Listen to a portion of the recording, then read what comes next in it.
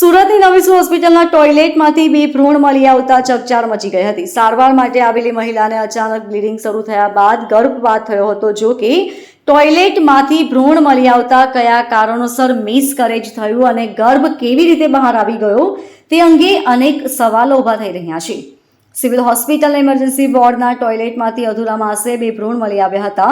આશરે 4 મહિનાના બે બાળકોના ભ્રૂણ મળી આવ્યા હતા. ડિંડોલી વિસ્તારમાં રહેતી 27 વર્ષીય મહિલા સારવાર માટે સિવિલ હોસ્પિટલમાં આવી હતી. તેણીને વહેલી સવારે ટોયલેટ ગઈ ત્યારે બ્લીડિંગ થતાં ગર્ભપાત થયો હોવાનું સામે આવ્યું છે.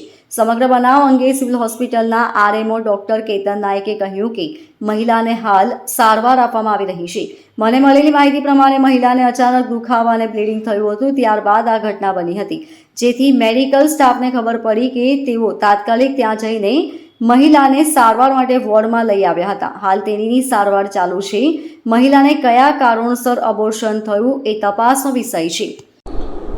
મને મળેલ વિગત મુજબ ડિંડોલી વિસ્તારની એક મહિલા સવારે 7:30 વાગે આવેલી, આશરે 27 વર્ષની ઉંમર, અને એ ટોયલેટ જવા ગઈ અને ત્યાં એને સ્પોન્ટેનિયસ એબોર્શન થઈ ગયું. એ બચ્ચા લગભગ અધૂરા માસના હતા, આશરે 4 માસની હતી.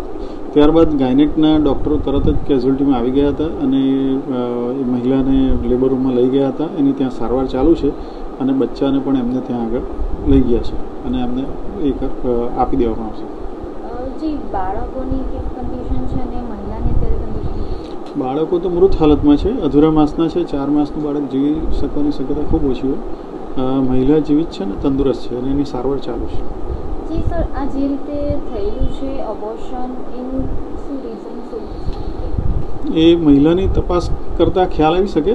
એને બ્લીડિંગ પીવી એટલે વજાઇનામાંથી બ્લીડિંગની કમ્પ્લેન સાથે આવેલું અને થ્રેટન્ડ એબોર્શન જ હશે એટલે સ્પોન્ટેનિયસ એબોર્શન થઈ ગયું.